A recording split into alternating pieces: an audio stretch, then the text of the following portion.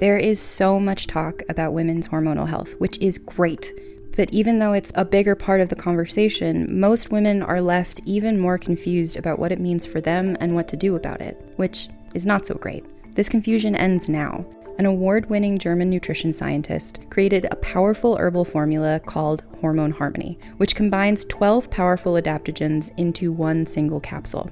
Each of these ingredients is carefully selected based on scientific evidence, and it's been proven effective in clinical studies for women of various ages and hormonal profiles.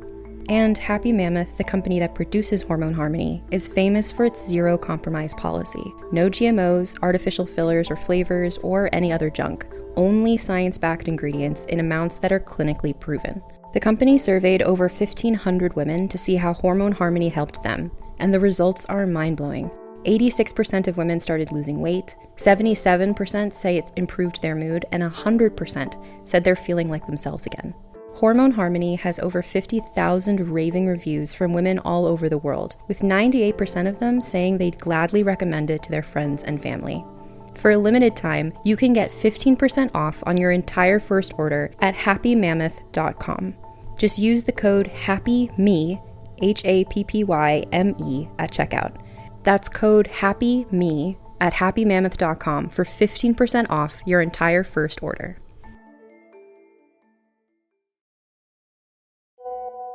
On WhatsApp, no one can see or hear your personal messages. Whether it's a voice call, message, or sending a password. To WhatsApp, it's all just this. So whether you're sharing the streaming password in the family chat or trading those late-night voice messages that could basically become a podcast, your personal messages stay between you, your friends, and your family. No one else. Not even us. WhatsApp. Message privately with everyone.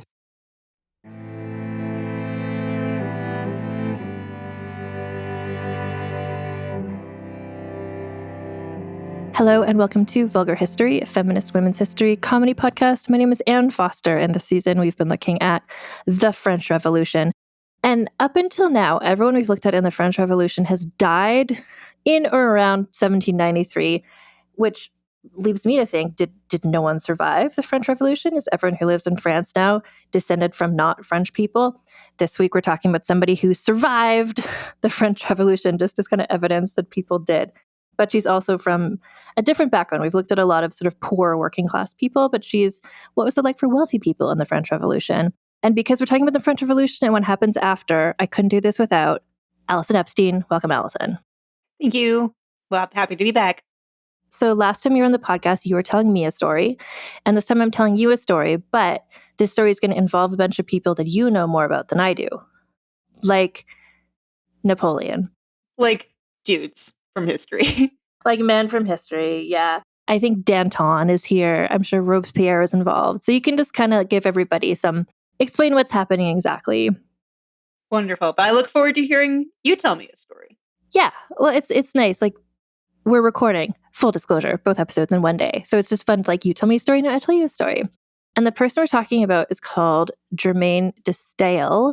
I don't know if I'm pronouncing that right, but she's not around to correct me. So it's right enough. Let's go with it. I'm a Canadian person who learned French in school taught by Acadian teachers. My pronunciation of French words is going to be what it's going to be. You have an excellent French pronunciation, Allison, because you actually studied French stuff in school, right? I did. I studied French in college 15 years ago, so it's getting worse and worse by the day. Yeah.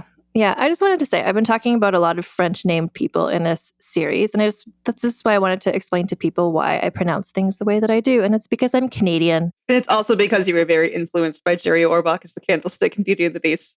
When I try to picture how to pronounce a French thing, I think, how would Jerry Orbach have said this as Lumiere in Beauty and the Beast? And then I go for it. And so, but her name is Germaine. I don't know, how do you say Germaine in a French way? Germaine? Germaine, yeah. But we're going to anglicize it. Germaine is good. Germaine. Technically, okay, so her name is Germaine de Staël, and my sources for this is how you know that she's like a notable person from history, because I didn't have to go diving around too much to find. The facts are out there, thank God. Some of the people who've done this season, I had to like sneak into the university library, get some books out, look at the resources, like looking up databases. I'm just like, I need to learn facts about like Théroigne de Méricourt. Germaine de Staël, we know about her. So I got information from an essay from Women in World Biography by Jean A. Ojala, and also the entry from the Encyclopedia of World Biography. So her full name, because we didn't talk about this in the episode we did last about the men of the French Revolution, but I assume they all had 16 names. Oh, Camille Desmoulins has at least 11 more names. Yeah. Yeah. French people like names. So her name was technically Anne-Louise Germaine de Holstein. Okay. Which is actually, well, that's her married last name, Staël Holstein. So Gotcha. her real last name, when she was born, was Necker because she was the daughter of Jacques Necker. The finance minister. Yeah, do you know? Okay, I'll just say, so she was born, Germaine, April 22nd, 1766. Her father was Jacques Necker, a Swiss banker and French finance minister to Louis XVI.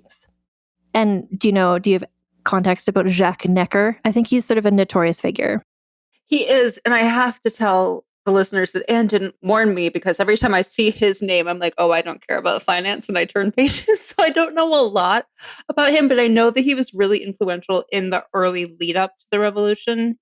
Necker was one of the really smart economists who was like, I see what the issue is here with the economy going to hell immediately pre-French Revolution, and I think I would like to fix it and help the people to not starve to death. And so he became a little bit of a folk hero in the early days. He was also, I think, instrumental in the king deciding to call the Estates General in the first place. That was one of his ideas. So he's sort of a note. We'll talk a bit about what he was up to because that affects what happens to his daughter, Germaine. But that's her dad. He's Swiss. And her mother was named Suzanne Cruchot, who was a salonière. She ran salons, and she was also For her a writer. job? Well, she was a writer. Just recreationally. Okay. And recreationally, she ran. So I think her job was like being married to Jacques Necker, like running a household. That was a silly question. But she was like, she did have as her hobbies, she was a writer and a salonière. So Germaine is growing up in this sort of like, it's cool for women to be educated sort of environment. Interestingly, both of her parents Protestants at a time when France, very Catholic country. Let's see, Jacques. Here's some facts about Jacques. He was a business guy. It says he was more at ease among accountants than in Parisian society. That really paints a picture, doesn't it? It paints a picture, and like all love to accountants. I have a wonderful accountant named Leonard who is amazing. My friend Gina is an accountant, and I think they would. My mom was an accountant. Big fan. And so if you think about like who's comfortable with accountants and who's comfortable in Parisian society, it's like, yeah, those are two different kinds of people generally. And so I will quote to you from the Women in World Biography essay. Her mother, Suzanne, was prudish and socially ambitious, a perfect mate for her lackluster husband. I love a catty historian. It's one of my This is great. things. Honestly, I do. I love when people sneak stuff like that into an encyclopedia. Okay, so she was an only child, and until she was 12, she only interacted with adults. I think I know people like this who've, like, I've, not intentionally, but I know people who, like, had children young, and then they go to a party and they bring their children to the party, and those children just grow up around adults, and those kids become like mini adults because that's who they spend a lot of time with. So and I think her parents were kind of like, we don't love kids, so like, let's just treat you like little adult person. So her mother supervised her education, which included no contact with any children. You don't need that. Social skills? Who needs it? Well, why do you need social skills with children? Like you're going to be an adult one day, so you should be good with talking to adults. So she hung out at the salon, Germaine. Like she just hung out at her mother's salon among the celebrated thinkers of the Age of Enlightenment. Not every kid would thrive in that situation, but she did. Like she was a smart little kid. So again, like bitchy historian says, Germaine's mind was thus assiduously cultivated at the expense of an active, playful childhood. So remember the good old days when history used to be objective? This is from like the 80s or 90s or something, so it's not recent. Anyway, so she was not allowed to leave the house without her mother. She did not have, it says she didn't have any friends her own age until she was 12. How would she possibly have? Where would she have met them? Did they come to the salon? So Okay. My God. Okay. I promise I'm not like here to just read you this encyclopedia entry, but it just has a way with words. She and her fit parents were bound together by a complex web of passions and hostilities, and their family life was characterized by emotional frenzy. Emotional frenzy. Yeah. Yeah. Okay. So her mother was like a pretty intense person. Germaine did not get along with her mother. She kind of really, well, as you can see, like it's like her mother didn't let her hang with other kids. Her mother made her hang out with her all the time. Like, Yeah, this is a lot. this is a lot, even if your mother's a great person. So eventually Germaine fell ill, I think, from some sort of like nerves sort of thing, where it's just like probably just growing up in this like emotional frenzy. Anyway, so the doctor removed her from her mother's care because it's like even back then, like they're like, well, here's some leeches, and also clearly your mother is making you ill with her. What you need is personal space and to balance the humors, but mostly personal space. Yeah, leeches, but also let's get you away from her. So she was ordered to rest, to discard her corset, and to avoid mental strain.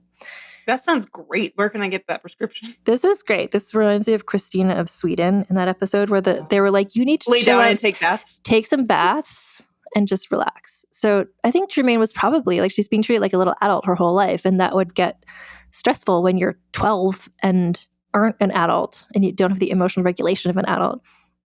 Anyway, so she was removed from there. She went to live at the Necker country estate near Paris. And in this atmosphere, I don't know specifically. I guess, married couples didn't always stay together. They didn't always live together once they had children, right? So she spent more time with her father at the Necker He's probably estate. in or near Paris for work, right? Yeah, and the mother would be off in Switzerland or whatever. So she got closer to her father here too, I would say, a concerning amount, which we will talk about. Anyway, so at this point, Jacques Necker, he was the Director General of Finance for Louis XVI, but like when he was in Paris, but on the weekends he could go to his family estate and just like escape his duties and his terrifying wife and just like chill out. So she was hanging out in this kind of like place where she could be free. This is where her father could be free. She adored her father, which developed into a rivalry with her mother over the father's love is what I'm talking about when I say like this gets Freudianly problematic. Sure. It does. One of her biographers talked about that she, her entire life was spent celebrating her father. Like she was obsessed with loving her father, which is just trying to put myself in her footsteps. Like she's just got this like throttling relationship with her mother who's really intense and sounds pretty scary.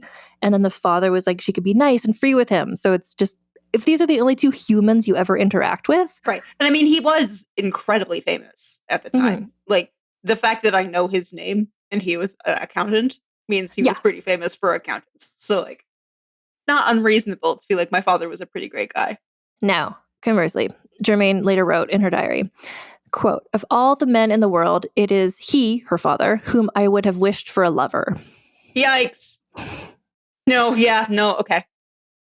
So, Germaine, I don't know. Part of this is maybe, I don't know why I'm making excuses for this, but it's just like she was raised in these salons to be like always thinking about everything philosophically or whatever. Like she was not like 2 feet in the real world. Yeah. At this point. She later wrote a novel that had a savage caricature of a woman who was clearly inspired by her mother, a person who liked to make others' lives as drab as possible. So it's, when you have feuding parents, when one has feuding parents, like one might be the hero and one is the villain. And so she very much embodies that in a time pre-psychotherapy. Oh, she would have benefited from therapy, it sounds like. She would have, yes, but she did benefit from taking the corset off and just having a nap. Having a bath. Anyway, she was one of the richest heiresses in all of Europe, but she was limited in who she could marry because of the Protestant angle of it. Because this is a real time where it's just like you're either Protestant or you're Catholic, and like you could never marry the other one. And France, very Catholic.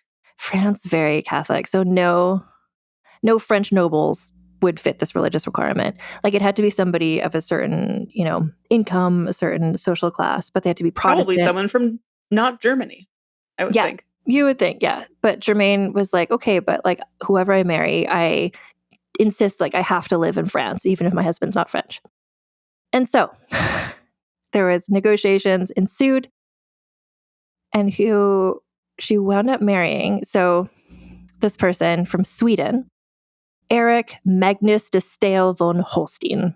And in order to make this all work out, and I think it's impressive that Germaine was able to be like, here's what's up. I'm going to live in France. Like, figure this out, parents. And they did. They didn't just force her to go to Sweden. So they had to have negotiations with the French royal family, but like Jacques Necker was the accountant for the royal family, so he had those connections. So basically, this guy, her husband, Eric, was appointed Swedish ambassador to France and was made a baron. Nice. So that this marriage could take place and so that she could stay in France.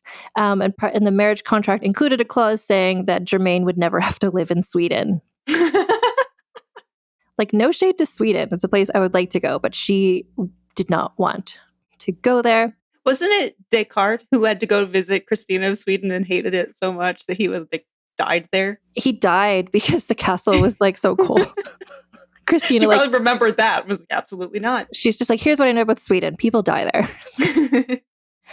So they got married, but this was just sort of like, she got, like most marriages at this time, except for Camille Desmoulins and his wife Lulu. This is not a love match. Like, she had no romantic illusions. This was a man who was Protestant and would move to France. Yeah, she was just like, here's what I want. Like in, like how they explain in the movie, Dangerous Liaisons. Once she was married, she knew she could take lovers. So she's like, great, I have a husband, so now I can fuck around. Amazing. Because I won't have to be living with my mom. I can have some independence. For having affairs, yeah. Yeah. So she had her formal presentation at royal court. So this is our Marie Antoinette moment. Apparently, Germaine, she arrived late, and when she curtsied before Marie Antoinette, her dress split open. Oh no, baby. That's so sad. So she, quite an impression. Although she's like this heiress and stuff. So it's not, she's Jacques Necker's daughter. No one's going to be like, oh, she's bad. But it's just kind of like, oh no. But she did, her vibes were a bit like, to give a comparison everyone is familiar with, Caroline of Brunswick.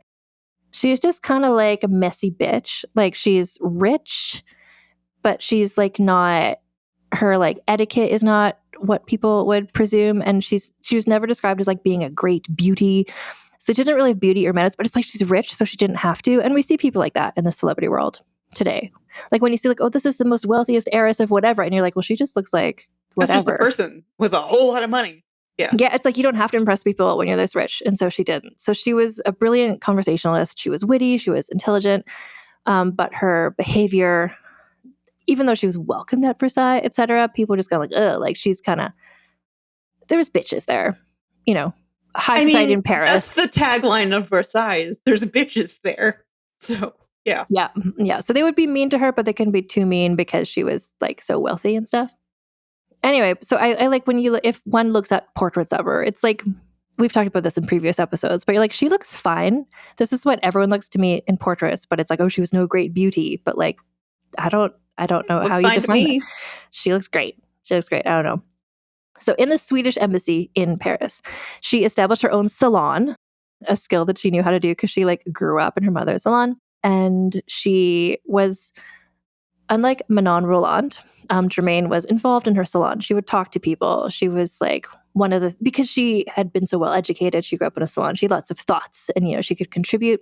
And she was a really good hostess. She had the ability to speak up and not make people feel bad and just make everybody feel welcome. Do you know who were included in her salon, in her circle of people who attended her salon? Who's that? Thomas Jefferson. Huh. And, okay. And Lafayette. All right. One of my boys. And Thomas Jefferson. Two characters, both played by Daveed Diggs in the musical Hamilton.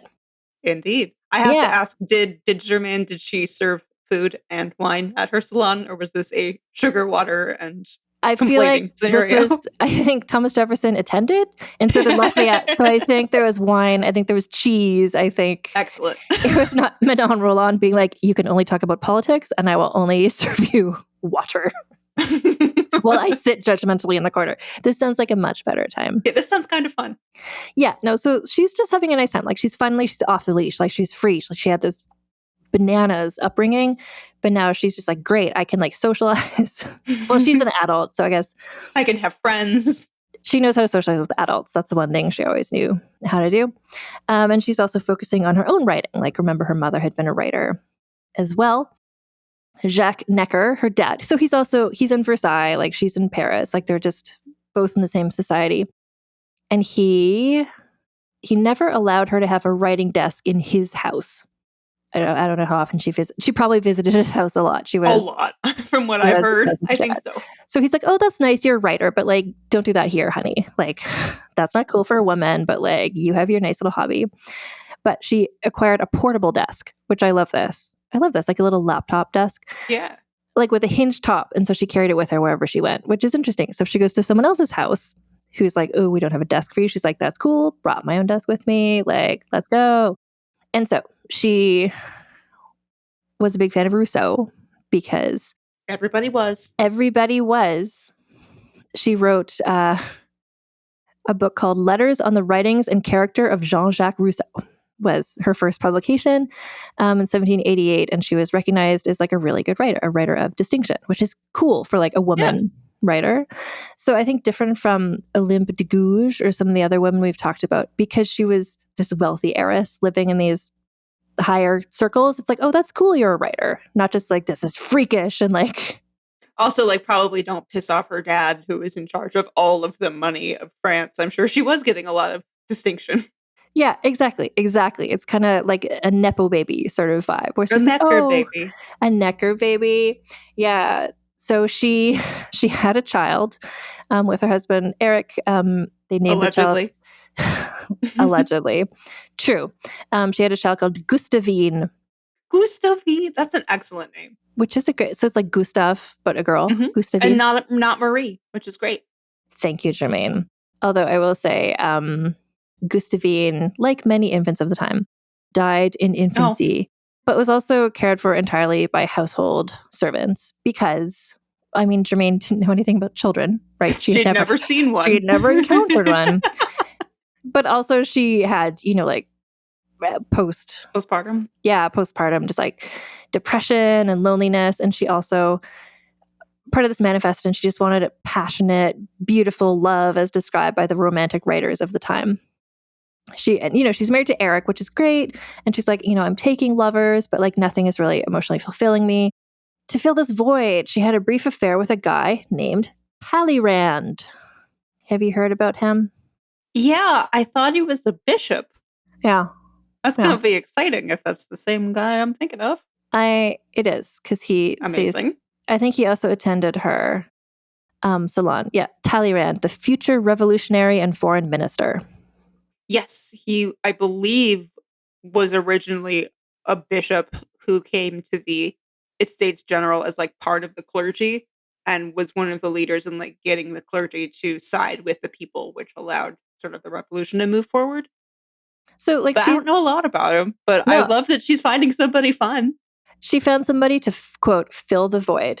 But so she's having like an affair with him, but then through him, she met someone else who like gave her the fiery, passionate love she was looking for. This is the Comte Louis de Narbonne-Lara.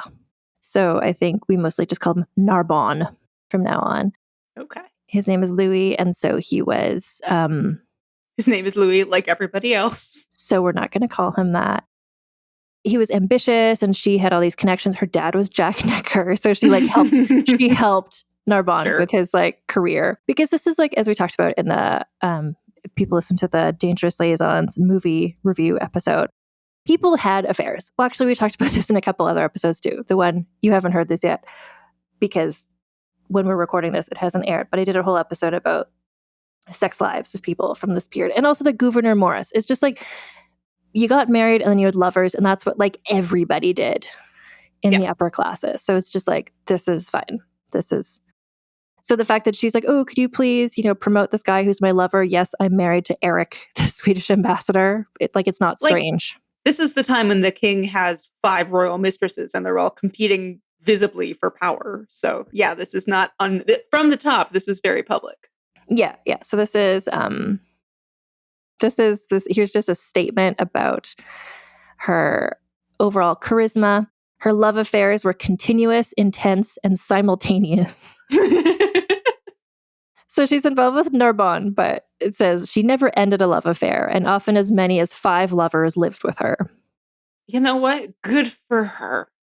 She wanted this life, and she's living this life. And like, honestly, yeah, like she was raised in this, by her mother in this kind of like locked up way. But now she's just like, I can live for myself, and what I want is 5 live-in lovers. It's the live-in part that's getting me. I'm like, what? Where did they go? Did they like make breakfast in the morning together? Was this a bachelorette situation? I don't know. Yeah. They have their own like little house, like for the men. It's reminding me a little bit about another episode you and I did together about Rochelle, the French actress. She had she had a reunion of lovers. She did. Yeah. I'm imagining Germaine like bringing in a new lover to this new house, and as he opens the door and walks into the room full of 6 other dudes, there's a narrator who's just like, a new bombshell has entered the villa. I was just gonna say a new bombshell. So she's having the narrator is Victor Hugo. I think he'd be good with that. She's having a nice time, right? But like, if you're keeping track, it's now 1792. Yikes! Oh, she's been having a nice time for a while longer than I would have expected. Yeah. So, I mean, I'm sure that there was some drama leading up to this, but basically, French Revolution starts happening. But this is what's interesting. This is like, in her story, it's kind of like not super affecting her. Yeah. Really. Where it's like, it's so important to Robespierre and to the market ladies. Like, they're just doing all this stuff. And I'm sure she's like, oh, what? People just stormed that place? Like, oh, okay, that's too bad. Okay. Doo, doo, doo. Like, I'm just going to Jeff Bezos' wedding in Venice now. Like, yeah. Anyway, so she's got her lovers. Her hands are full. She's busy with 5 lovers simultaneously and writing books. Like, she's got a lot going on. But with the overthrow of the monarchy, things are now changing. So many of her friends went into hiding because she had a lot of monarchist friends because of who she is and where your she dad lived. Worked for the king. Yeah, probably. Yeah. So she was in danger herself because kind of everyone's in danger. So even the French Revolution even eventually reached her in her sort of like Love Island villa.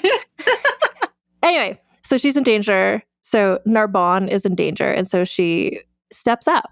She helps Narbonne and others hide in the Swedish embassy, a place that apparently they weren't super keeping an eye out for people. Presumably the other people she's hiding are the other 5 lovers.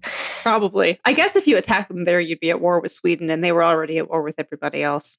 True, yeah. So she hid Narbonne and others in the Swedish embassy, and she helped arrange their escape from France. She herself tried to leave. How many times have I said in this podcast, when it's like, leave Paris. Like, don't do a Madame du Barry and just hang out and come back. Leave and come back and leave. Let's just like leave, stay away. Have you seen my jewels? My jewels have gone missing. They look like this. I'm very wealthy. Honey, no. No, so she's not doing that. No, she's smart. Germaine is smart. So she tries to leave Paris to go to Switzerland, which is where she's from, right? Or her dad was Swiss. But she was arrested en route. However, she had enough friends in high places. She was able to be like, do you know who I am? Which actually could go either way in this situation. It's like, yeah, we know who you are. That's why we're arresting you, the daughter of Jacques Necker. Anyway, she was released, and then she went off to Switzerland. So she was in Coppet, which is that, wait, let me double check. Yeah, Coppet, a municipality in Switzerland. I think that's where she was born. Anyway, obviously, the Necker family had connections there. Mm-hmm. And so she was from there. Like, she was just like helping out. She provided money and documents for victims of political persecution. Oh, she's also pregnant at this time. Sorry. All this is happening. She's like smuggling her lovers in the embassy. She's pregnant. She's trying to escape. She's talking her way out of it. She's also pregnant at this time as well. And she had the father of the son is Narbonne, probably. Or somebody else. Narbonne was like her main lover, but that's not to say that his DNA had fathered this child. That's fair. The acting father of this child. So she had helped Narbonne get to England, and so she went there to be with him. But unfortunately for her, so she gets to England, where a lot of exiled French royalists had gone. Like, that's where Madame du Barry went. It's just like, let's hang out in England for a while. But the other people who were already there were, so exiled French royalists in England were not cool with her. They're like, you're an adulterer, which is insane because Like, everybody is. Please who's be chill. who's not? They like called her an instigator of revolution, maybe because she hosted the salons. I don't know. Just kind of like misogyny. They're just kind of like, who are you? Did she travel there with all her other lovers? Like, if I could see them being like, chill out, Germaine. Anyway. Sure. And like the Necker family is like half revolutionary, half royalist. Like there's a dangerous line there. It was like Necker was fired, and that was sort of like helped the revolution start. So I think she's probably associated with it. Right, because you were saying like he was sort of he was sort of this hero of the revolution. So like some people and French people in England were like, oh, we don't like you because you're like revolutionary, but then other people in France were all like, we don't like you because you're an aristocrat. So she's just like This is the Lafayette scenario, which is you can't be enough of one thing for other of them. Yeah, exactly. She's the lady, and Lafayette, friend of hers. So maybe he gave her advice. I don't know. Get out of town. Don't come back. Don't come back. So anyway, she did leave England because she was not having a nice time. But she went to Switzerland again. Narbonne was supposed to join her, but he did not. He procrastinated. So this is where I start feeling like Narbonne not as into her as she's into him sort of situation. God, if you want to hear about the encyclopedia person explaining why that happened. Germaine was a difficult woman, demanding and domineering, and she enervated her many lovers. Who wrote this article? And can I have a word with them? I mean, basically, okay, so I think it's just like adults having a disagreement in their relationship. She had saved his life, paid his debts, bought him a house in Switzerland, and he was not coming to be with her. This is him being an asshole. This is not her being annoying. No, this is like, hi, I bought us a house after I saved your life. Do you want to live in it with our kid? You don't have to pay anything. And he's just like, oh, she's so annoying. She wrote a treatise called On the Influence of the Passions, where she's just basically talking about like, oh, when you're passionately in love, sometimes it makes you sad. She laments the lot of women and how it's so hard to have men-women relationships. Because she has not had great luck with men. They've all kind of sucked. So yeah. And so she's just like, oh, the double standard, like women who defy social convention are vilified, but like men can do it. And I'm like, hell yeah, Germaine. Yeah. These are fair facts. And people are like, oh, she enervates her many lovers. She's honestly, so domineering and difficult. I'm not reading all the parts of this, but some are like, it's unclear how she seduced so many men when she was such an ugly person and not beautiful and had bad manners. And yet she must have had some charms because men basically. Yeah. You see why I love her. I do. So Narbonne finally shows up in Switzerland, probably because he needed money or something. This fucking guy. He arrived and then he's like, hey, Germaine, lovely to see you in Switzerland, but I brought my mistress with me, so let's just have sort of like an open relationship type situation. Ugh. She's just like, no. I don't want to be 3 levels deep in mistresses. It's too much. It's too much. But then she met the brilliant intellectual Benjamin Constant, or maybe Constant. Have you heard of him? I don't know. Never. Benjamin Constant, the brilliant intellectual. I guess he was brilliant. Well, and so she swaps. She trades up. She gets a new lover. She continues writing. She writes fiction, which are basically, as much as anyone's novels, and you're a novelist, and I think you've said this, there's some biographical stuff in any piece of fiction, right? Like, yeah. Your book, Fake and the Thief, is about like a man living in London in Victorian era, but there's like, you pull from your own. Yeah, but he's me in a lot of ways. They all are. Sure. Yeah. So Germaine's books are all about these kind of like women who defy convention and have lots of lovers and travel widely, where it's like, okay, the character is not named Germaine, but like, okay, your novel. The character is named Germaine, but with an AYNE at the end. Completely Unrecognizable. Yeah. So she wrote, but she also wrote like her treatises on politics as well. She wrote, you're going to love this. She wrote a treatise called Reflections on Peace. So at this point, like we're in the terror is happening in France. And so she's just being like, Robespierre sucks. The terror sucks. Like European monarchs, where are you? Like help save France. Like we need to establish a liberal regime in France. So she's like anti-Robespierre, which is like the correct side to be on in 1793/4. Yeah. Safely in Switzerland. Also the right place to be when you're anti-Robespierre. Exactly. And so looking at the dates here, May 1795. We've never made it this far in the podcast, Dan. This is new territory. Robespierre is gone. He's been executed. So which I guess is why she feels safe enough to return to Paris. So she stuck it out and didn't come back until it was safe. And I love that for her. The first person in this podcast series to do that.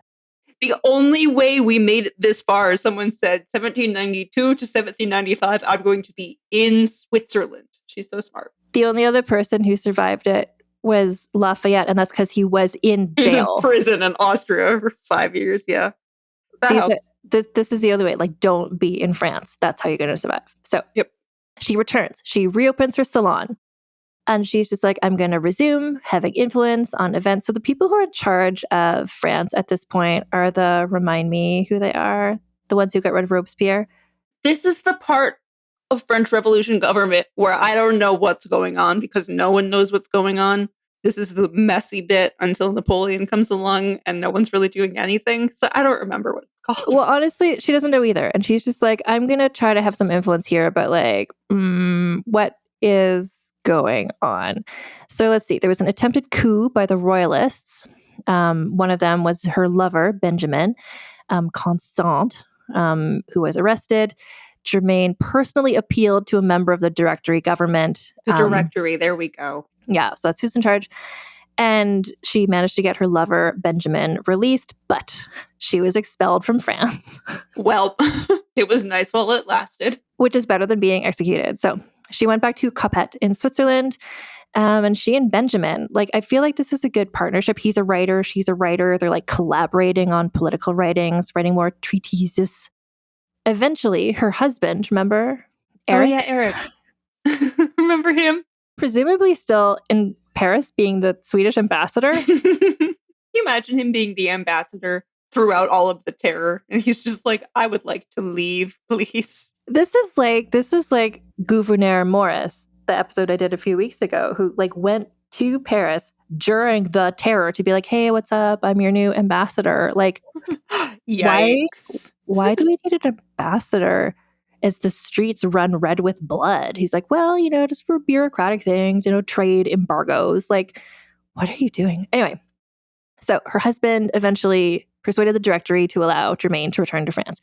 So there's a lot of just high-level convincing of people to do things that goes in her favor a lot, I think, because she's so wealthy, although that's not always a good thing during... I think it would be now that the royalists are coming back in, the more money you've got. It'd be more helpful. So she has a daughter with Benjamin Constant named Albertine. Excellent. Which, again, I appreciate not called Marie. So Albertine survives. She grows to be an adult. She later becomes the Duchesse de Broglie. Anyway, so they found a club because if people are not starting newspapers in France at this time, they're starting a new club to spread their political principles, which are like, I'm not going to get into, but like you can imagine, she's like a philosopher type person, but she likes monarchy and she's just sure. Rousseau light. Yeah, let's just be cool. Like, let's just not murder people and like have a monarch, but also be cool is kind of her vibes. And she continued to help her friends, which I appreciate. Like she's this wealthy person. She has these connections, but like when she helped them hide in the Swedish embassy, she's also helping them now. Like a lot of her friends from Versailles and stuff are just like struggling. And she's extremely wealthy because her money wasn't seized because she went to Switzerland. So remember her old friend Talleyrand? Yes. So he at this point had been in the United States, I guess in exile, but because of her intercession, he was able to return to France and he was appointed Minister of Foreign Affairs. So she lent him money and helped launch his career. So she's just like the power behind all these guys, really. And now for a quick advertising break. Taking control of your health and feeling confident in your body shouldn't feel overwhelming, but let's be real, it often does. That's where Hers comes in. They've made the process simple, supportive, and entirely online so you can start strong and stay strong from wherever you are.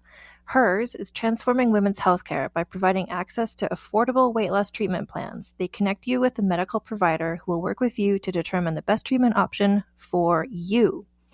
Plus, your personalized treatment ships for free directly to your door. So if you've been struggling with your weight loss journey, it's time for you to find the best option that works for you through Hers. Start your free online visit today at forhers.com/vulgar. That's forhers.com/vulgar for your personalized weight loss treatment options. forhers.com/vulgar. Weight loss by Hers is not available everywhere. Compounded products are not approved or reviewed for safety, effectiveness, or quality by the FDA. Prescription required. See website for full details, important safety information, and restrictions. Actual price depends on product and plan purchased. This episode is brought to you by Progressive Insurance. Do you ever think about switching insurance companies just to see if you could save some cash? Well, Progressive makes it easy. Just drop in some details about yourself and see if you're eligible to save money when you bundle your home and auto policies. The process only takes minutes, and it could mean hundreds more in your pocket. Visit progressive.com after this episode to see if you could save. Progressive Casualty Insurance Company and Affiliates. Potential savings will vary, not available in all states.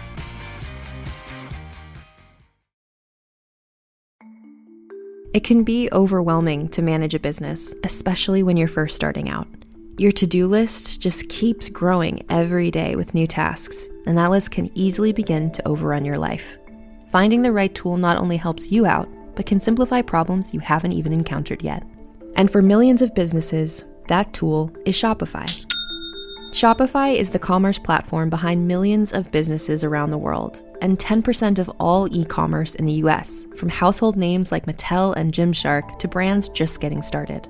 With hundreds of ready-to-use templates, Shopify can help you easily build a beautiful online store to match your brand style. And best yet, Shopify is your commerce expert with world-class expertise in everything from managing inventory to international shipping to processing returns and beyond. If you're ready to sell, you're ready for Shopify. Turn your big business idea into with Shopify on your side.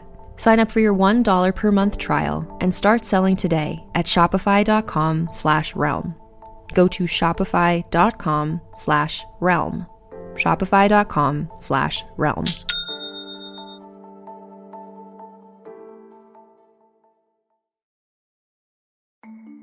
When it comes to makeup, I'm a less is more kind of person. I wish I had the patience to do a full face all the time, but since that's just how I am, I always make sure that the few products I am using are the best quality. And my go-to place to find those holy grails is Thrive Causemetics. Thrive Causemetics makes certified 100% vegan and cruelty-free products that you can depend on for everything from simple daily wear to show-stopping self-expression. And it's all made with clean, skin-loving ingredients, high-performance and trademarked formulas, and uncompromising standards. And it's beauty that gives back. For every product purchased, Thrive Causemetics makes a donation towards 8 major causes, including those impacted by cancer, homelessness, and social justice organizations. It feels good knowing that I can support a company dedicated to giving back to causes that matter to me. And it doesn't hurt that I'm a huge fan of their Liquid Lash Extensions mascara. It comes in 5 shades that last all day without clumping, smudging, or flaking. I really love that it looks like lash extensions, but you don't have to deal with the damaging glue or salon prices. Plus, at the end of the day, it slides right off with warm water and a washcloth. No soap required. So there's no wonder why it has over 40,000 5-star reviews, including mine. Try your new trusty favorites with an exclusive set for our listeners. New customers can get the Liquid Lash Extensions mascara and a mini-sized brilliant eye brightener at a special set price with free shipping, available at thrivecausemetics.com/thrive. Or save more with 20% off your first order at thrivecausemetics.com/thrive. That's Thrive Causemetics, CAUSEMETICS.com/thrive for 20% off your first order. And we're back. She, like, in terms of like, oh, but she wasn't beautiful. It's like, who the fuck cares? But also she was clearly so good at getting people to do what she wanted. Like, Yeah. that's a skill. Like, she's wealthy, but that's not it. Like, she's getting You people can be wealthy, but you have to be convincing too. Like, she's getting people to like to return someone from exile. Like, That's like, she's got something going on. Well, I mean, she's all these simultaneous lovers. Like, something is drawing a lot of men to her. Yes. And they do what she wants, and good for her. And then December 1797, she met a man named Napoleon Bonaparte. This is what happens when you survive the French Revolution. You have to put up with this man. Unfortunately, he shows up, but you're going to enjoy this because... Oh, good. Okay, go on. So at first she was like, oh man, like, who's this guy? He's got some real charisma. And this is like you were saying, like, there's a directory in who's in charge of France. Like, there's not a person with a personality and charisma in charge. Like, there's a vacuum. It's just kind of like we need, like, there was Robespierre, but there hasn't really been someone to step into that role of like being in charge. It's just like who's like rallying the people around an exciting new, and no one's getting rallied around. Gentle swing toward the monarchy. Like, okay. Yeah, like, you just need someone to take charge. And Napoleon, she's like, I think this is the guy who can maybe do that. She was right, to be fair. And she's like, hey, Napoleon, like, you seem like a guy, like, I could maybe help you, like, get some more power. Do you want to come to my salon? And he's like, no. Man, I knew I didn't trust that guy, and I'm because always happy that I'm proved right. He disapproves of women who meddle in politics. He opposed intelligent women in general. He thought women should be modest and retiring, decorative accessories. Considerable charisma and charm was not going to work on him because he sucks. Because he sucks. He's this, like, kind of Robespierre adjacent, where he's just kind of like, these are my morals and ethics, the end. So she kept trying to win him over, and he just kept hating her more and more. And that is the situation for the next, like, several decades. So, okay. Honey, you can do better than him. So I think it's just like she's always won over every man. And she's just like, why are my charms and money not working? I must lean in harder. Yeah, it's like, what is Moby Dick or whatever? It's just like, this is my, like Napoleon is my white whale. Yeah, like, I need to charm this person. So they're having this kind of not even nemesis type relationship, but she was just like trying to be like, hey, it's me, Germaine. Hey, the directory. Like, what she was asking them to do was to refund to her 2 million francs her father had lent the French treasury. And they're like, no. Also, I am sure they don't have that. For a number of reasons. No money. And she was continuing on with her political writings and her salon. And so this was sort of like the directory regime was sort of like, this is concerning. Like, we just finished the French Revolution. Like, this woman is writing these, like, political treatises. She's having these salons. Like, this is really a suspicion. And so, after, like, the last thing we need is another fucking treatise. Please calm down. It's been such a long decade. So they thought about, like, oh, should we imprison her? But they thought that would bring too much attention to her. So instead, they exiled her from France. This is, if I didn't ask you to keep track, but this is the second time. And she's just like, peace out, going back to Switzerland. Which she did. So she just, like, hung out in Coppet in Switzerland again. But she had, like, you know, friends and whatever, all places, really, like, lovers. Sure. I mean, she's been in this town like 5 or 6 times. I'm sure she got 5 new lovers every time she was there. Exactly. And I think that her lovers would have, like, a interlover network. Like, she could hear what's happening before it happens. So she's like, oh, I heard there's going to be a coup. So I'm going back to Paris. And she did. It's her flying scout squadron of hot dudes across Europe. Yes. Yeah. So she enters Paris on the eve of the coup of 18 Brumaire. Brumaire! So this is when 1799... Brumaire is November in the Republican calendar. Do you remember what Brumaire means? I think it's sort of foggy. my fave. So the coup, anyway, she's just like, I think there's a coup and I think that means I can come back. So, Although little did she know that it was cooed by the one guy who doesn't like you. yes, tragically. She hoped that Napoleon would install a moderate republic based on enlightened principles. Oh, honey, I have such bad news for you. Because instead he installed his authoritarian regime, the consulate. But here's the thing. Napoleon had, I can't even count how many brothers and sisters. God, so many. So many Bonapartes. Anyway, 2 of his brothers frequented her salon because everybody loved her. So his brothers, Joseph and Lucien, frequented the salon, and her lover, Benjamin, was now a member of the government. So she had, like... She had her back channels. Yeah, she could tell them what to suggest to him. Like exactly. So she could connect with them through those ways. But once he figured out that it was Germaine making these suggestions, she's just like, Germaine! which I love how much she bothered him, because I'm happy to hear about Napoleon being bothered. Being annoyed. Yes, I want everything in my life that makes Napoleon have a bad day. Yeah, so like she just kept trying to... I don't know if she's trying to win him over at this time, but she's just trying to like tell him what to do. Do you think she's just fucking with him now? She's just like, haha, yes, it's me again. Absolutely. So she wrote more novels. She wrote a novel in 1802, and the novels really annoyed Bonaparte. Like the novels are sort of intentionally annoying Bonaparte, I think. So 1802, she wrote a novel called Delphine, which is the life of a beautiful and intelligent woman. I love her. Who sought happiness through love. Napoleon was enraged by this novel because it included divorce here, because it praised liberalism, divorce, the British, and Protestantism. Yeah, he didn't like any of those things. No. He said that the book was anti-Catholic, it was immoral, and that just made more people want to read it, because she's this kind of scandalous person. You do wonder why Napoleon's sitting around reading that novel in his spare time. I'm just like, man, that woman's in your head. Bro. Yeah, it's like living rent-free. It's just people who kind of hate a certain celebrity and we're just like, oh my God, did you see what like Meghan Markle just did? It's like, why do you know? I didn't. I don't pay that much attention. What's going on? Why do you know that? Yeah, so he's just like, he's it's an interesting dichotomy between the two. Anyway, because of this novel, she was exiled from France. 3rd time.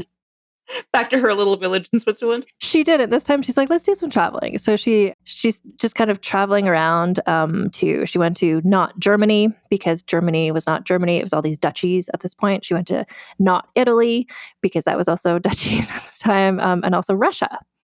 And everywhere she went, she was well received by the courts and aristocrats because of her literary fame and her outspoken opposition to Napoleon. I bet you they loved her in Russia. They're just like, man, we agree. Fuck that man. Yeah, they're just like, you write these great books about like beautiful and intelligent women who are called not Germaine, and you hate Napoleon, and you wear cool turbans. Like, come on in, girl. You didn't mention the cool turbans. This is news. All of her portraits, she's wearing cool turbans. I love this. Yeah, I don't know. Like, there's a thing where as a kid, they're like, don't wear a corset, and I feel like she never did again. She's always wearing kind of like muumuus and turbans.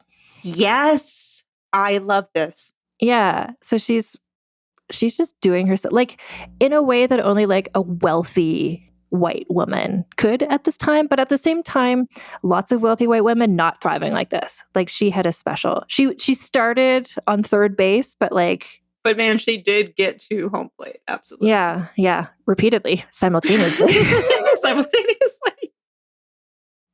So, at some point in here, her husband, remember? She's married. Oh, yeah, Eric, yeah, he died, I guess. R.I.P. Eric.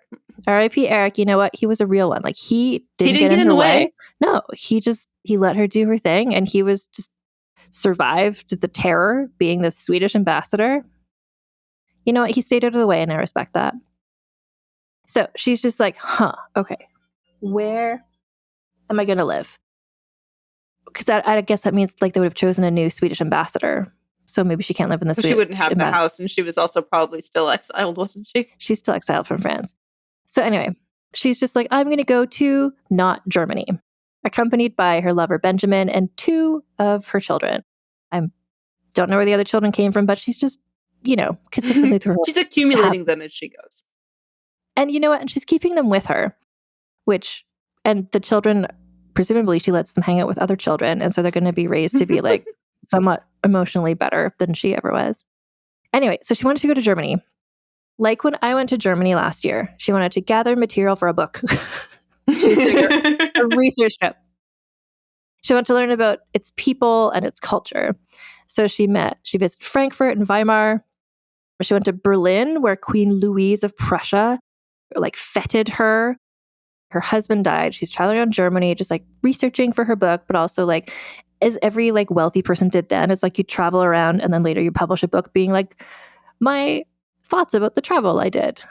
Yep. Here's my new book. Which, wouldn't that be nice? I wish I could get paid to just publish a book about I went to Canada. Here's what I think. Yeah, I'm going to travel and then pay me to do the traveling, and then I'll publish a book and then pay me for the book. One day. Anyway, publishers, if you're listening, we're both available. And we could travel together. And then it could be. You don't have to pay both of us once. A co-production. Anyway, so then she finds out her father died, Jacques Necker. Oh, that must have been a bad day for her. She has all these lovers, but I haven't read anything lately about how much she was obsessed with him. I mean, but, she wouldn't stop being obsessed with him.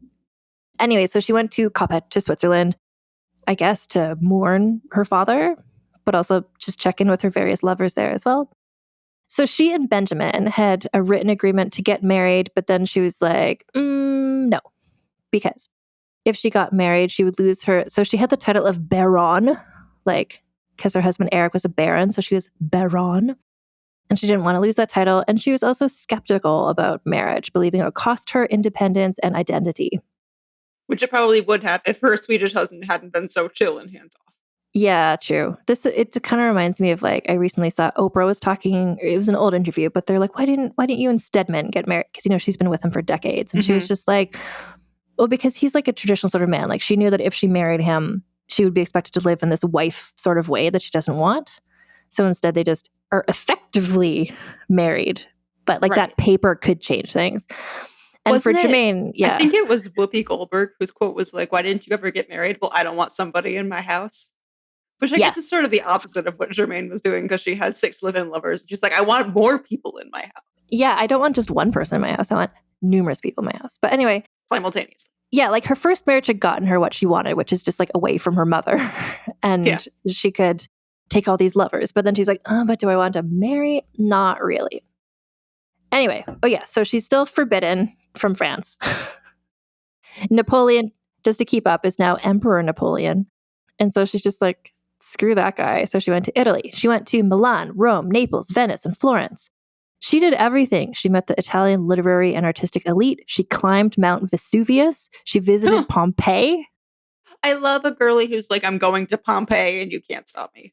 That's Pompeii. great. I've said this before. Sometimes people are what got you interested in history? And I'm when I was 5 years old, I read a book about Pompeii. And ever since then, I was just I love this. I have not been to Pompeii. It is a dream. In my Mine book, was the Titanic, and I have been to the Titanic Museum in Belfast where they built the Titanic. And that was just let's go. Oh my gosh, that's amazing. Yeah.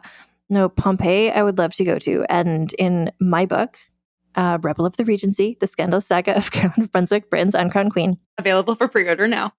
rebeltheregency.com. Caroline of Brunswick goes to Pompeii, and I was just yes, girl, go. Because Pompeii had been excavated for the first time in the 1790s, and it was a huge trending topic. So the fact that Germaine went there, it's just that was the place to go. Everyone was everyone suddenly became obsessed with ancient Rome, but not in a not in a Robespierre kind of way. No, more in a let's wear drapey dresses that look like what they wore, and let's paint mosaics in our ballrooms. Sure. So she's just traveling. She's doing it up. She's having a nice time. And then, so during the summer of 1805, back in Coppet, she worked on another novel called Corinne. All of her novels are just the name of a woman that is not Germaine. And she kept hosting just all of the most illustrious and talented people of the era came to visit her, because she's just this cool person who everybody knows is this great thinker, this great writer. She hates Napoleon, just everyone wants to hang out with her. but she's like, I miss Paris. You know, like I like being here with amongst my lovers in Switzerland, but I miss Paris, the energy, I don't know, the baguettes, the cheese. I like this note. So there is the whole Rousseau thing about like the romantic movement or just like the return to nature. Like, let's all have gardens and like pretend like we're shepherdesses and like live in nature and whatever. Like, that was also really trendy at the time. She was like, fuck that. I like urban cities. I like houses. I like buildings. I like indoors.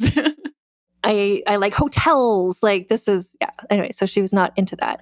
So she's like in Coppet, like she's staying at this sort of country estate, which is like other people would love it. And she's just like, I miss the hustle and bustle of life in Paris.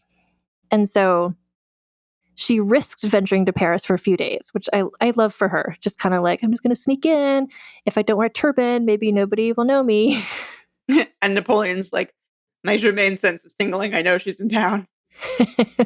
At one point, I guess her children were allowed to be there. It's just she specifically was not allowed. So in December 1807, her son Auguste met with Napoleon. He must be like a teenager by now, a young man. And he was like, hey, Napoleon, good to meet you. I'm the son of Germaine de Staël. And could you allow her to return to Paris, please? And Napoleon said, quote, as long as I live, she will never set foot in Paris again. Women should stick to knitting. Bitch. You know where she could knit? At your guillotining, and she would enjoy it. Fucking Napoleon. So anyway, she wrote a new novel she was writing her novel Corinne, and then this was published. This is about Corinne. The heroine is an independent woman of genius who is a remarkably talented poet and actress. And everyone loves her, and she's so beautiful. But she's restless and unhappy because she can't live in Paris. Anyway, this book took place in Italy where she had traveled. And she's like, I went to Italy. She says in her fictional novel, like, there's not as much freedom in Italy as there is in other places. Napoleon had been king of Italy since 1805. And so he interpreted this as an insult to him. Which I hope it was. It probably was. Anyway, so her other book, like, remember she traveled around Germany and then she wrote a book called On Germany, like my research trip. She tried to publish that in France. Napoleon forbade it from being published in France. The manuscript and proof pages were seized by the Minister of Police, and she was sent into exile from France. I'm like, I feel like she already is in exile from France. Double exiled. Exile to the power of 2. She bothered him so much. She really did, and I kind of love it. But she's just like, all I want. It's sort of like how she was like, I want to be friends with Napoleon, and eventually she's like, fine, I won't be. Now she's like, all I want is to be in Paris, like the one thing that she can't do. Like her works that she was writing at this time were about like women of genius who were lonely, like who couldn't go to Paris for reasons. Exactly. So brief sexual affairs could not compensate for the energizing urbanity of Paris. So she saw all these lovers, but not like my lovers in Paris. So this second time, so it's not just that she was exiled, like she's exiled from France. And then the second time she was exiled and she was forced to stay in her house. Like, I don't know how Napoleon could do that. Like, she's in Switzerland, but so she had to stay in her house. So she's just like, not just like, can I not go to Paris, but like, I have to, like, house arrest, basically. Yeah. But and like her house was being watched by like Napoleon spies. Her mail was intercepted. Like, of course she's like lonely and depressed. And it's not just like, I want to go to France. Yeah. It's just like, I want to like leave this house ever. I don't like nature. It's just not doing it for me. For me. Anyway, but then she met a new lover who is 24 years old, John Roca, who had been, so he was an officer in the Hussars. And I don't know a lot about the Hussars, but I know they have really cool outfits. The only thing I know about them is that they were soldiers with good hats. Yeah, they had cool outfits. Anyway, so he had been wounded in the wars and he suffered from tuberculosis, which was very hot at that time. He became her devoted lover and father of her son, Louis Alphonse. So we did have to get a Louis in there somewhere. It's true. It was maybe he made her do that. I don't know. So anyway, eventually she And two of her children, it always says two of her children. How many children are there? Why is she always doing things with is it always the same two? I mean, she only has room for two at a time. I presume so she gave birth to Louis in April 1812. 1 month later, May 1812. So two of her children, presumably one being this baby, and her new lover, Roka, snuck away to go to Vienna. And from Vienna, she traveled to Russia. She's sort of like always, she's like, I have my spidey senses tell me Napoleon's about to fuck up and I'm headed there. She traveled to Russia on the eve of Napoleon's Russian campaign. Oh, I hope she was just gloating the whole time. So she wrote a novel a memoir, I guess, 10 Years of Exile, where she talks about what it was like in Moscow before Napoleon's army arrived and the city was burned. She met Tsar Alexander I. They discussed plans to defeat Napoleon. I like to think that it was her idea. And that's why Napoleon lost there, because she was just like, I'm going to fuck this guy's life up. You think I can't charm you? Well, I'm going to burn your army down. Yeah, you think I should knit plans to defeat you in my brain is what she did. So let's see. Then she went to Stockholm. Basically, she's just traveling around Europe, talking with the rulers of countries about how to best defeat Napoleon. I love her shit-talking Napoleon world tour. That's really good. I'd like to go on one. Eventually, she went to England, where she was admired as a writer and enemy of Napoleon. But this is this is why I started looking up about who Germaine de Staël is, because she went to England while Caroline of Brunswick was there. And Caroline of Brunswick hosted salons, and she loved women writers. She loved having women writers at her salons. She's like, oh my God, Germaine de Staël. She's this no fucks given. She has all these lovers. She also has people criticize her for not being beautiful. I want her to come to my party.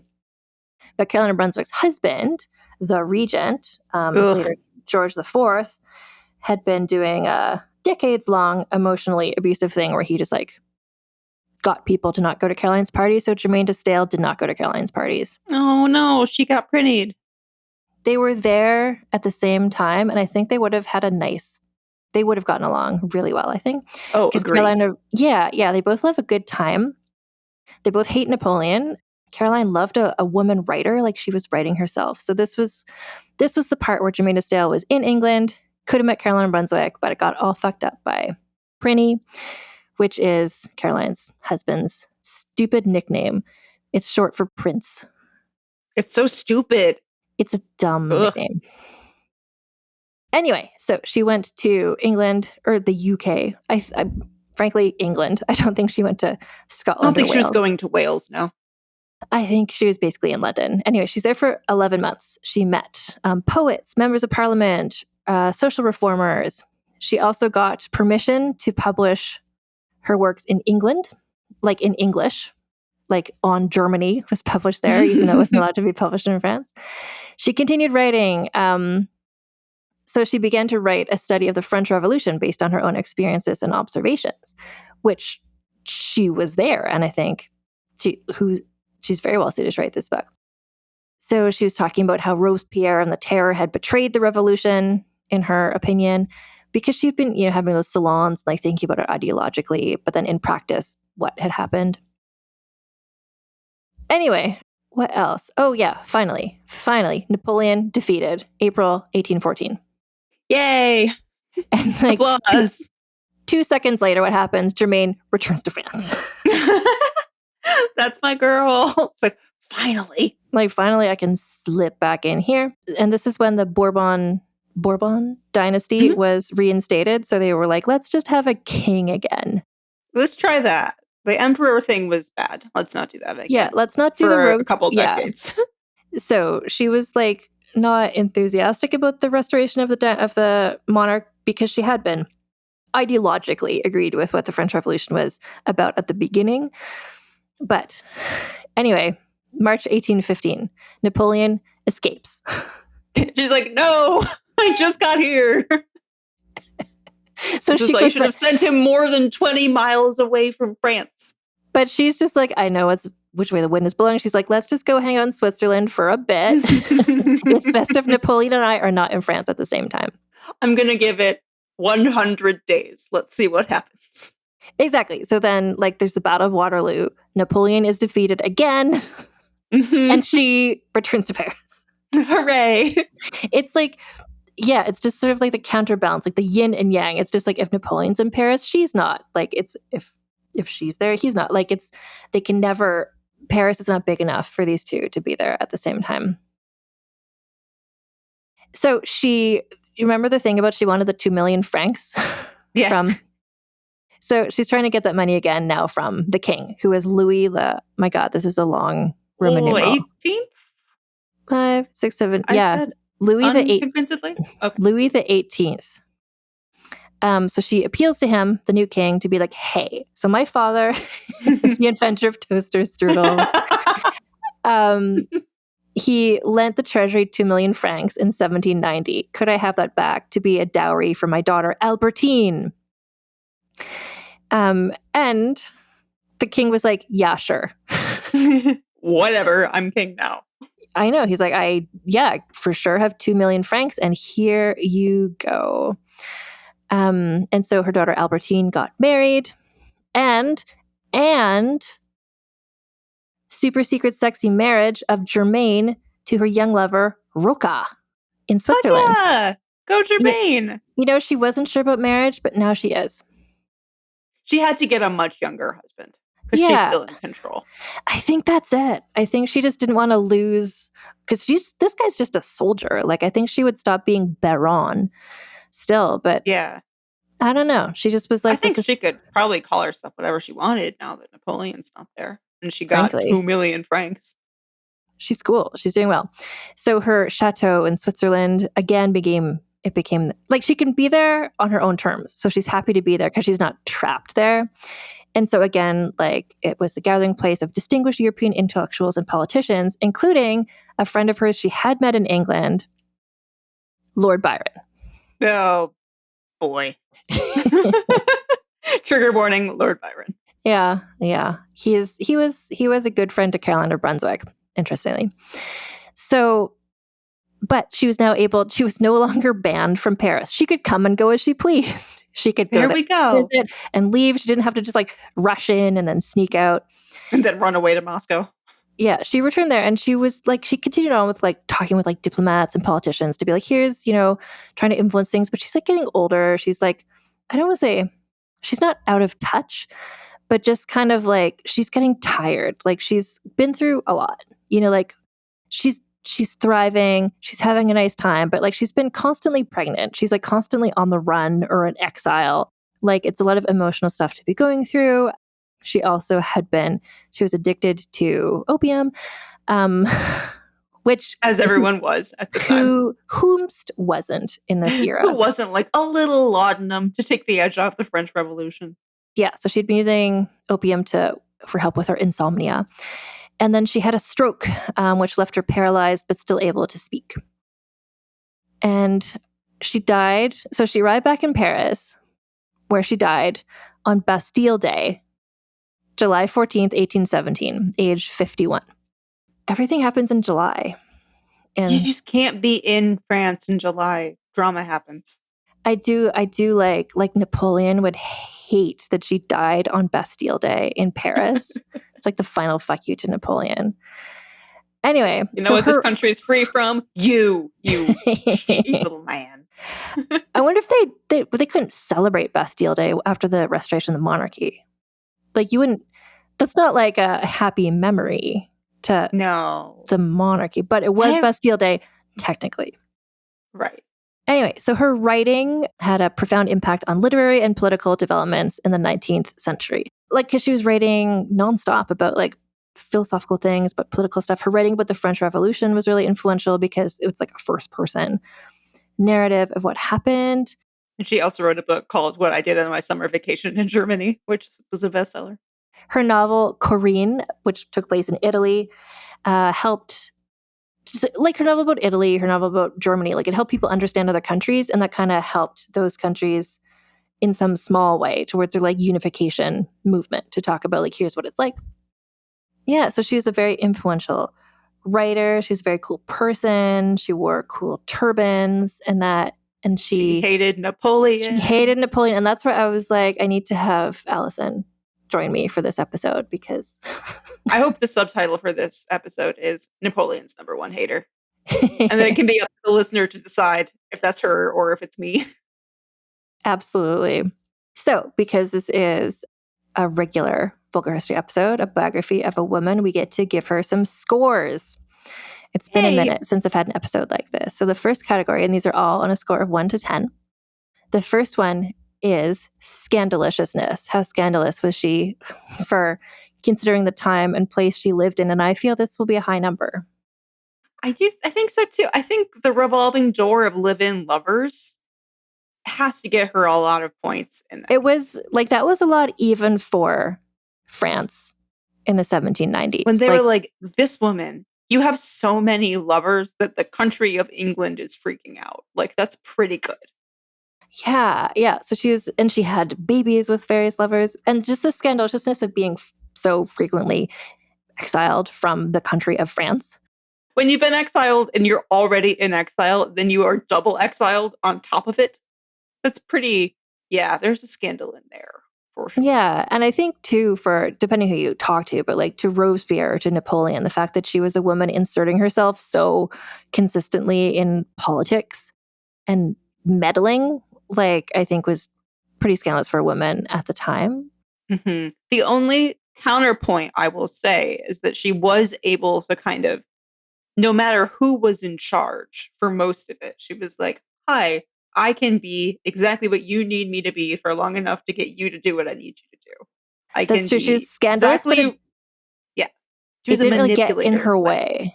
Yeah. No, I think the king was like, yeah, would you like 2 million francs? Absolutely. And then the folks on like more the moderate side of the revolution are like, yeah, we'll come to your salon, totally. And Napoleon's brothers are like, yeah, you seem cool.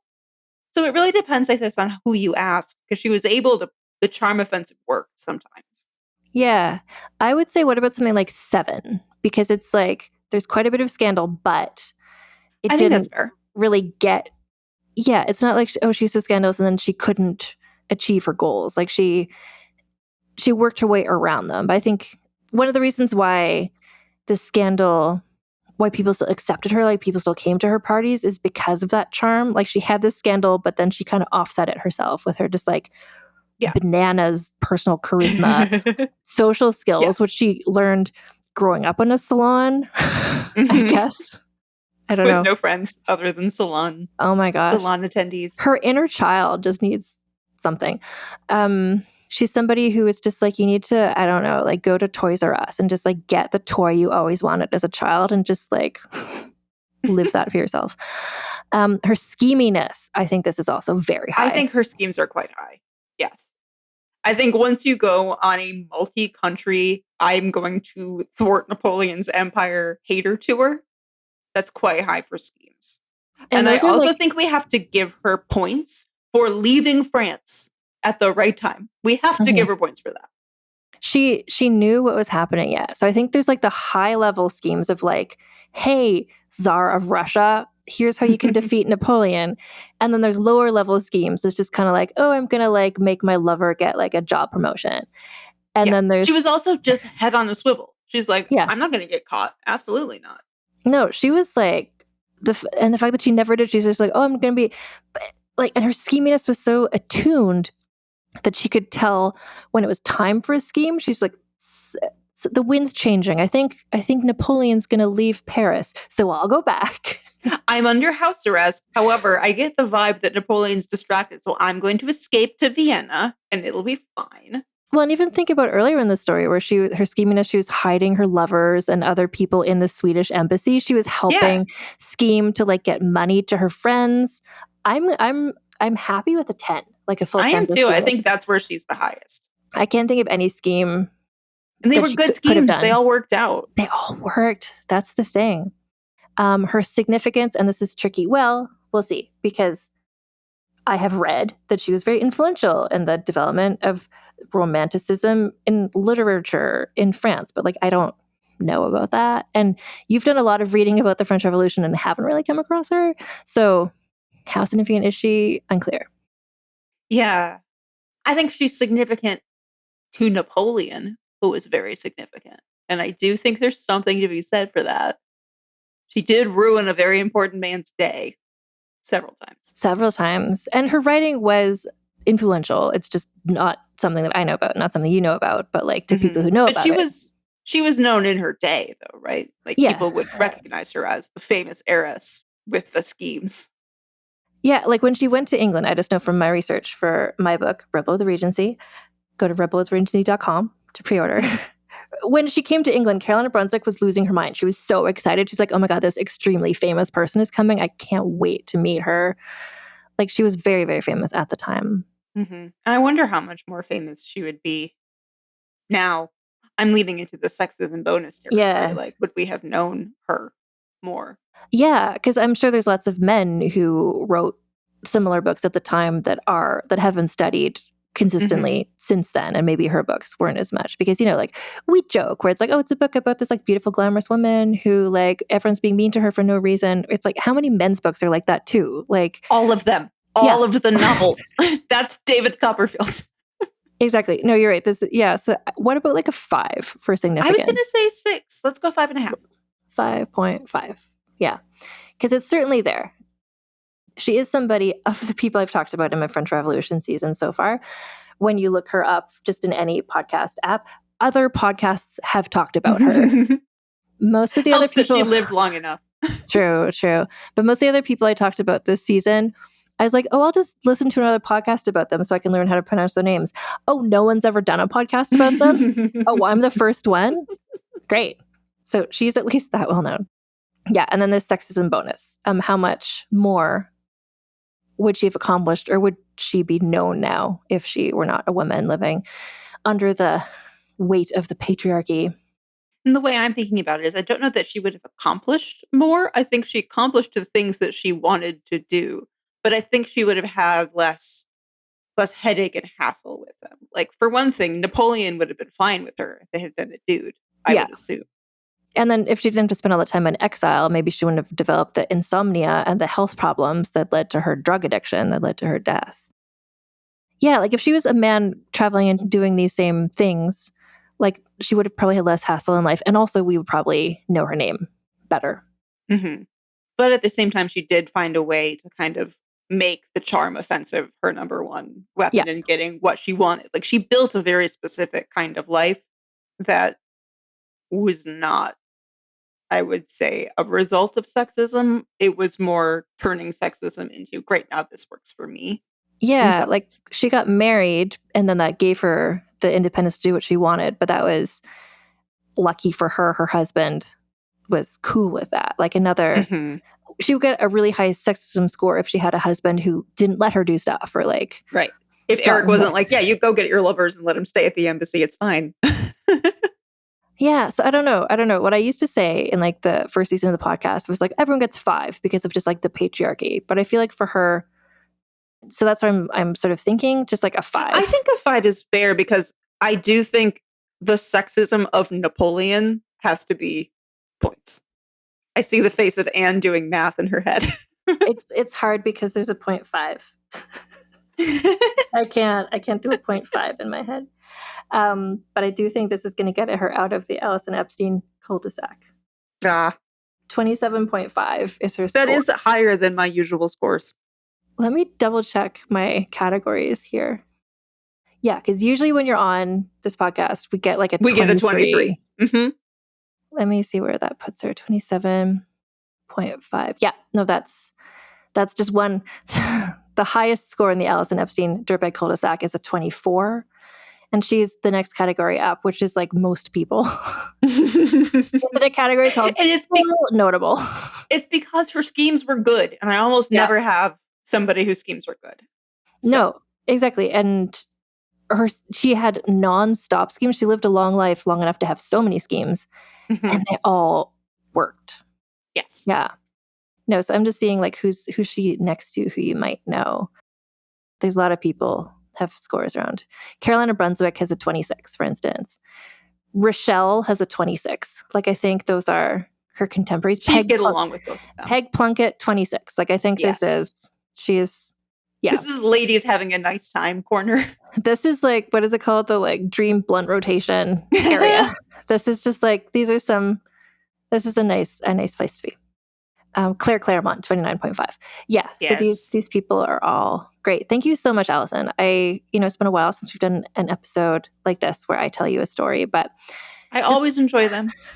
and this one just really, it just felt like one that I needed to do with you because of the Napoleon hateration, but also because of the French Revolution. You were here to hold my hand through the parts about like, what was this French, who was in charge of the country at this point, please? What is the directory? I don't know. The No one directory. knows. If we could have made it through the whole season for Marie Antoinette not talking about the directory, that would have been great, but we couldn't do it. We could have if I just never talked about what happened after. We stopped in July 1793 every time. And we never talk about it afterwards. Nope. But unfortunately, too many things happened. Well, thank you so much for joining me for this episode. I feel like Germaine has a new fan in you. She does. I am on her team because if Napoleon has no haters, both Germaine and I are dead. So I'm ride or die for her. And even once you've done this, and I mean, listeners, you do this too, just do like an internet image search and just find her wearing her various turbans and her moo-moos. And she's just like having a nice time. And think about how dare these encyclopedia writers be like, although she was not attractive at all. Strident and rude and disagreeable. Of course she drove her lovers away. She knew how to read and was so unattractive. She was great. She's great. Thank you so much for joining me on this episode, Allison. Thank you.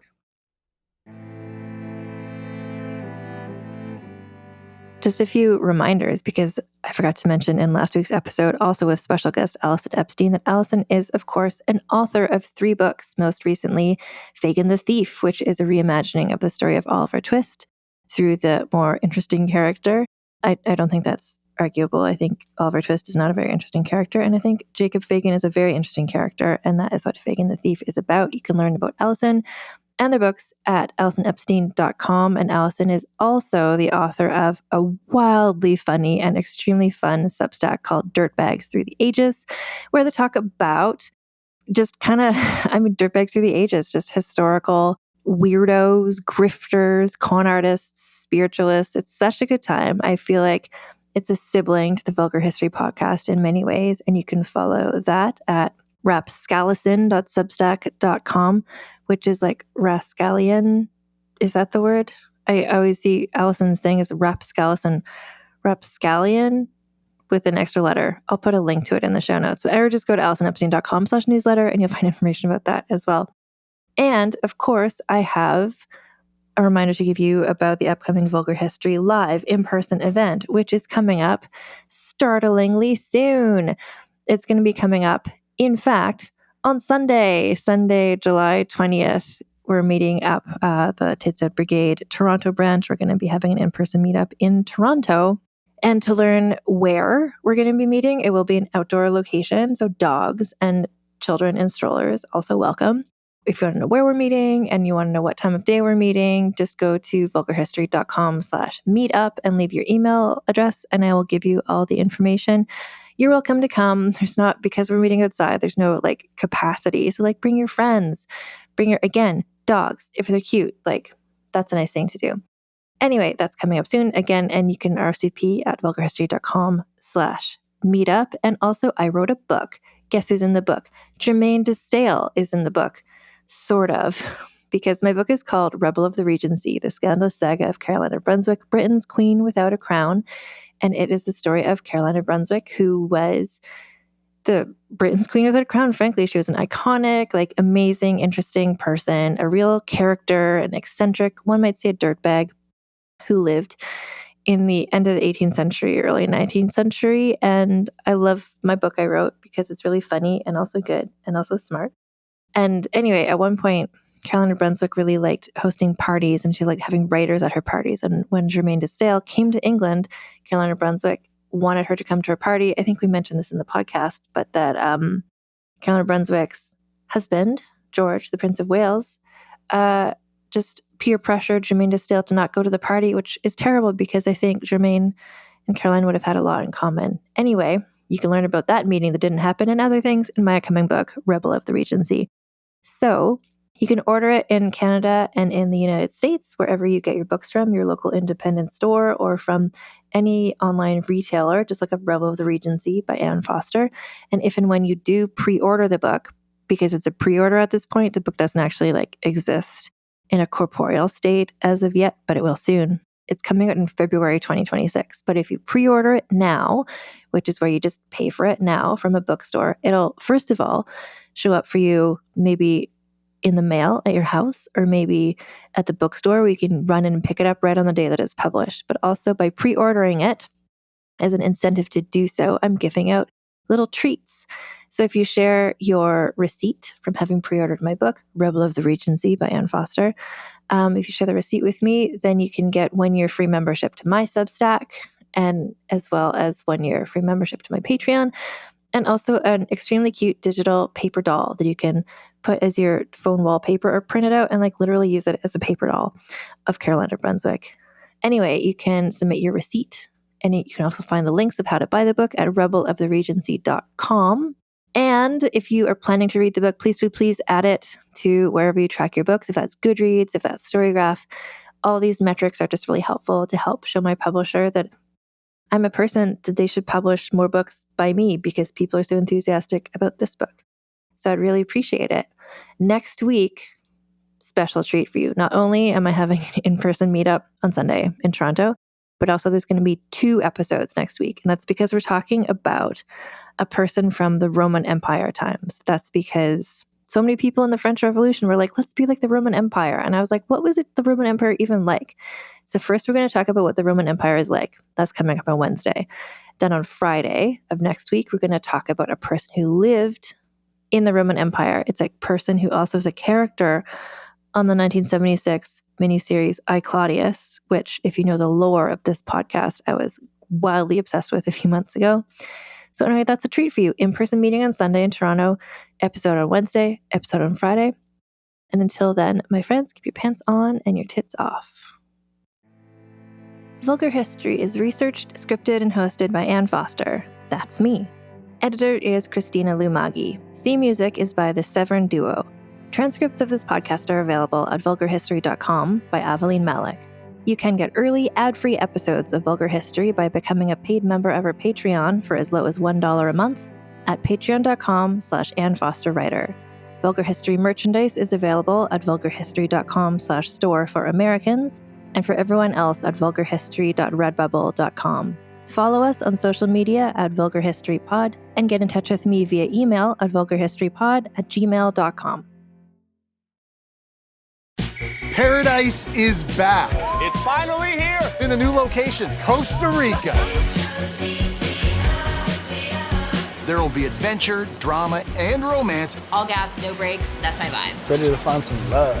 but it wouldn't be paradise without surprises along the way. These kids need to learn. That's right, your favorite Golden alums are crashing the beach, We bring in a party, baby. Bachelor in Paradise. New Mondays at 8, 7 Central on ABC and stream on Hulu. Does music really have the power to heal? How can you instantly be more persuasive? What would the world be like if there were no bugs? These are the kind of topics we explore in every episode of my podcast called Something You Should Know. My name is Mike Carruthers, and what we do on Something You Should Know is we find leading experts and curate topics that will impact your life, satisfy your curiosity, or simply fascinate you. Maybe all of the above. Out of all the millions of podcasts in the universe, Something You Should Know is usually ranked in the top 200 of all podcasts on Apple. A lot of people like Something You Should Know, and I'm willing to bet you will too. We deliver 3 episodes a week and have a catalog of over 1,000 shows for you to listen to. Give a listen to Something You Should Know, wherever you get your podcasts. You might think you know fairy tales, and you might think that they are cute and sweet and boring. But the real Grimm fairy tales were not cute at all. They were very dark, and they were often very grim. On Grim, Grimmer, Grimmest, we tell a Grimm fairy tale to a bunch of kids.